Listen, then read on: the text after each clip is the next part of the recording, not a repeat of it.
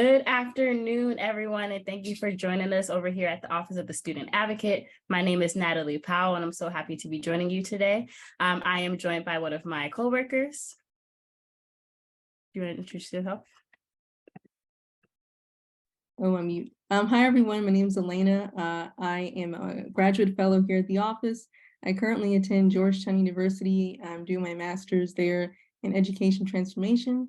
I'm excited to be here with you all today, especially with our guest, Early Stages. So can we have our Early Stages staff? We have two here introduce themselves. Hi, thanks for having us today. My name is Liz Rihani. I'm the Child Find Director here at Early Stages. And I'm Jane Anderson. I'm the Child Find Manager at Early Stages. Okay, thank you, Jane and Liz, for your introductions. Like I said before, we're very excited for you all to be here today. So I wanted to kick off the conversation with asking, what is Early Stages? Early Stages is the district's early intervention program for 3 to 5-year-olds. We are under the umbrella of DC Public Schools, but our job is to identify children across DC, unless they are enrolled in a DC Public School or a charter school, to help identify if they have any developmental delays and need services to address them. Okay, thank you for that answer there. And what are your roles in the DC education system, and why was Early Stages initially created?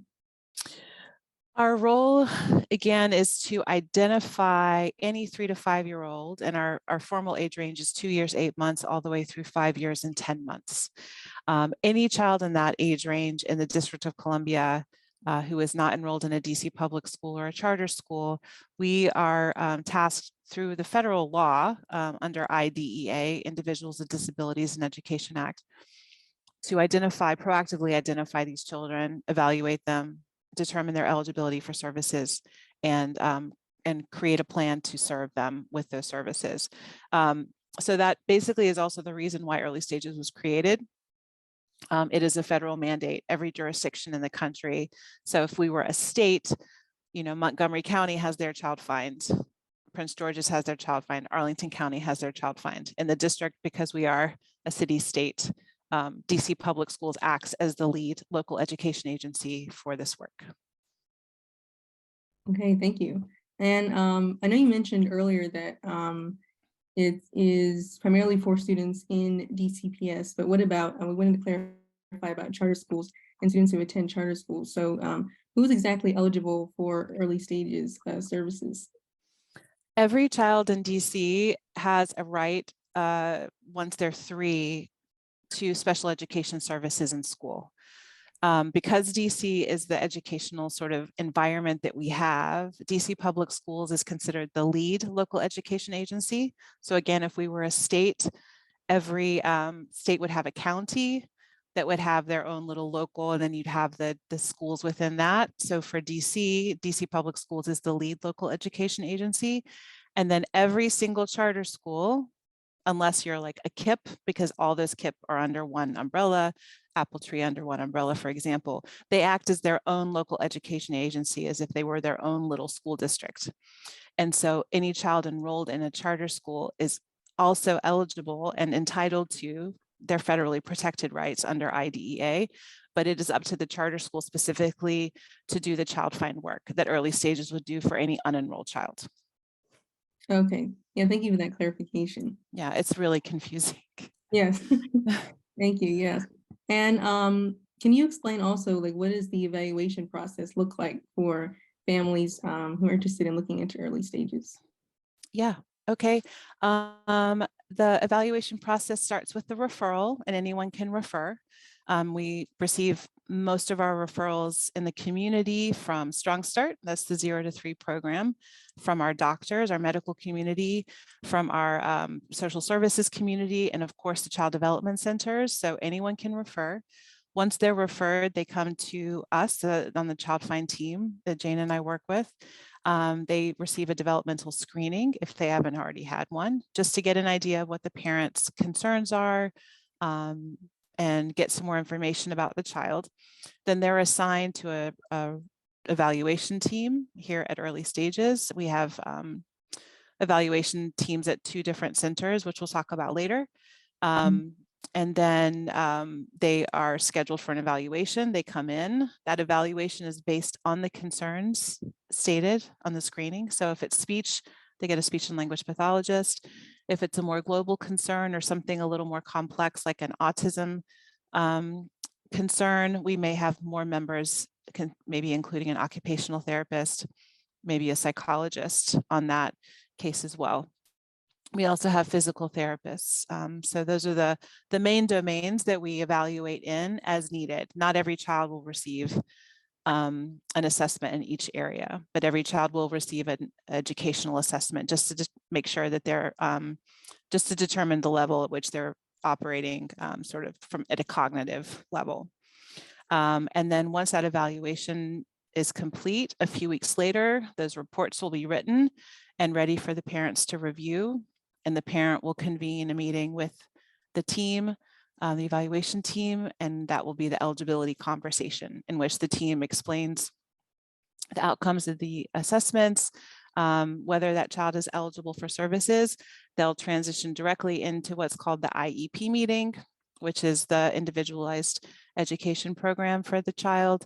And then they'll talk about goals, what the appropriate placement would be for that child, what kind of classroom that child might be most successful in.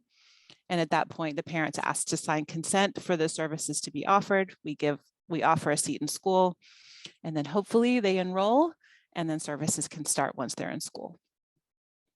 Okay, great. Thank you. I You're also, welcome. also mentioned about IEPs. Does your office also do 504 plans as well, or just IEPs?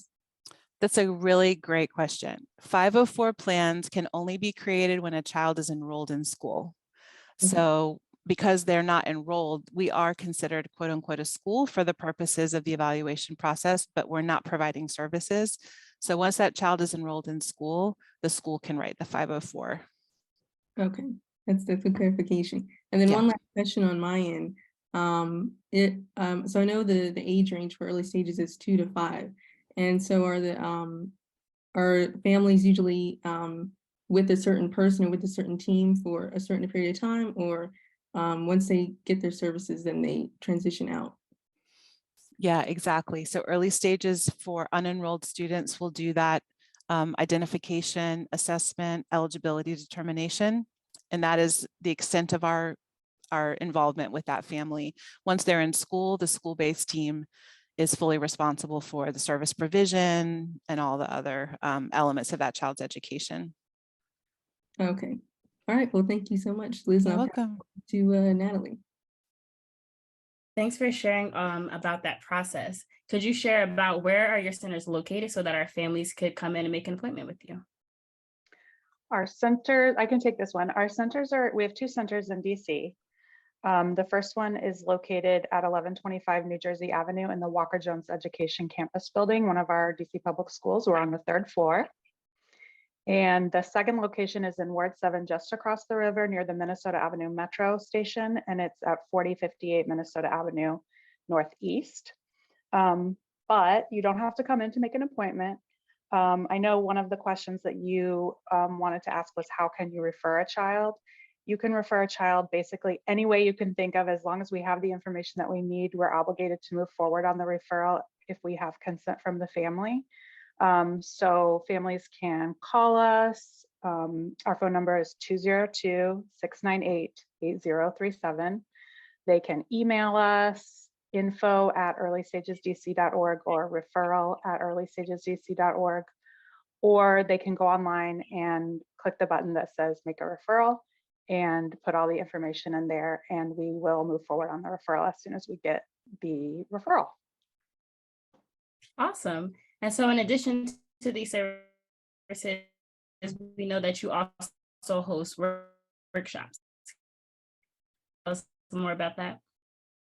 Sure. We do host a lot of different kinds of workshops. We're really proud of our parent workshops. We cover a wide variety of topics. Probably some of the most popular sessions are navigating the special education process, because it is so complicated, and oftentimes for families who are going through it for the first time. They want to know everything they can do to advocate for their child.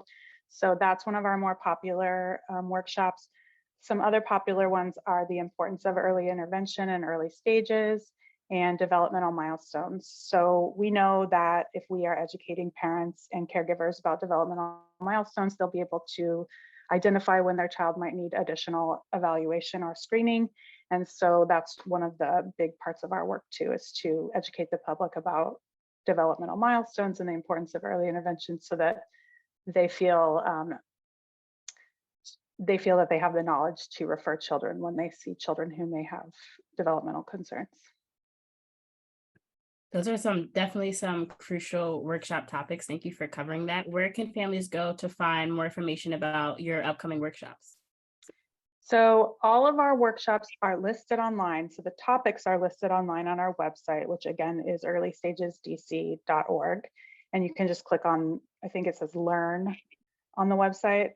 Our next workshop is going to be on March 24th. It's going to be virtual. It's from 12 to 1, so over the lunch hour.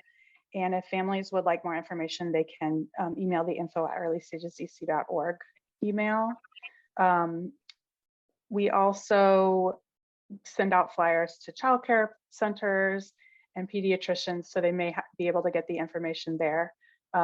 And we also have a mailing list that I would encourage families to sign up for.